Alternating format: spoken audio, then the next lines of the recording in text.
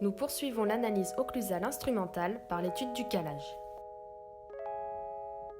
Pour analyser la précision et la stabilité de l'OIM sur l'articulateur, il faut positionner les moulages en OIM, solidariser les bases du split cast ensemble,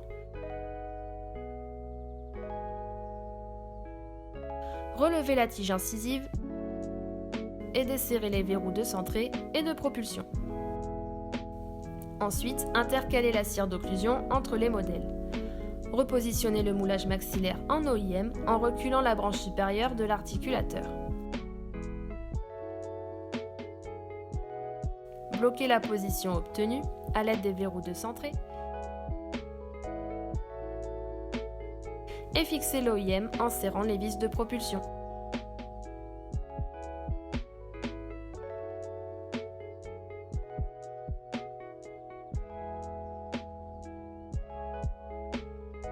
Marquez les points d'occlusion à l'aide de papier d'occlusion. Vérifiez l'efficacité des traces en tractant le ruban marqueur.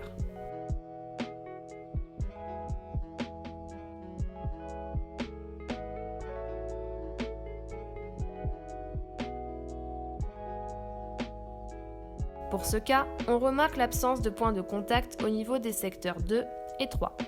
Observez le nombre, la répartition, la situation et l'intensité des points d'occlusion. On constate ici la présence de plusieurs points de contact du côté droit de la patiente, mais l'absence de points de contact du côté gauche. L'analyse du calage se poursuit par la mesure du recouvrement incisif. Tracez sur l'incisive mandibulaire la ligne du bord libre maxillaire à l'aide d'un crayon. Mesurez le recouvrement.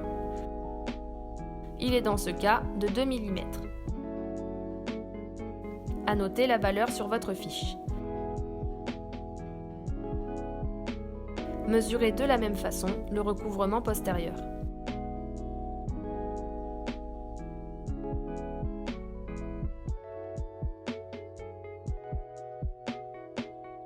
Ici, nous pouvons constater un recouvrement de 1 mm au niveau de la deuxième molaire maxillaire. Hormis pour la 18, le recouvrement est compris entre 0 et 1 mm du côté droit. On mesure un recouvrement négatif de 1 à 2 mm du côté gauche des modèles, dû à une inocclusion. Annotez les valeurs sur votre fiche.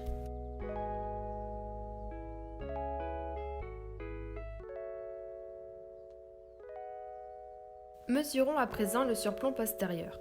Nous constatons qu'il est compris entre 0 et 1 mm du côté droit et du côté gauche, à l'exception de la 27, qui présente un surplomb transversal de 3 mm de par sa position vestibulaire.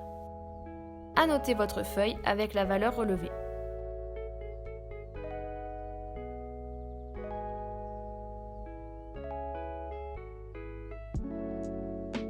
De la même façon, nous mesurons le surplomb incisif dans le plan sagittal. Il est ici de 3 mm. Annotez votre feuille avec la valeur relevée. L'analyse du calage inclut l'étude de la classe d'angle. Du côté droit, les moulages sont en classe 1 molaire et canine. Du côté gauche, les moulages sont en classe 2 partiel, molaire et canine. Annotez ces observations sur votre fiche.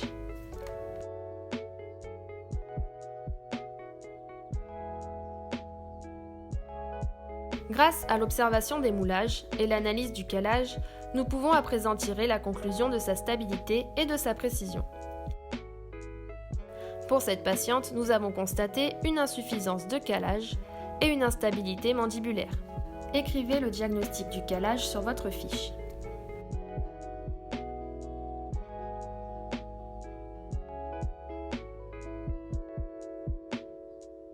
Poursuivons l'analyse occlusale par l'étude du centrage.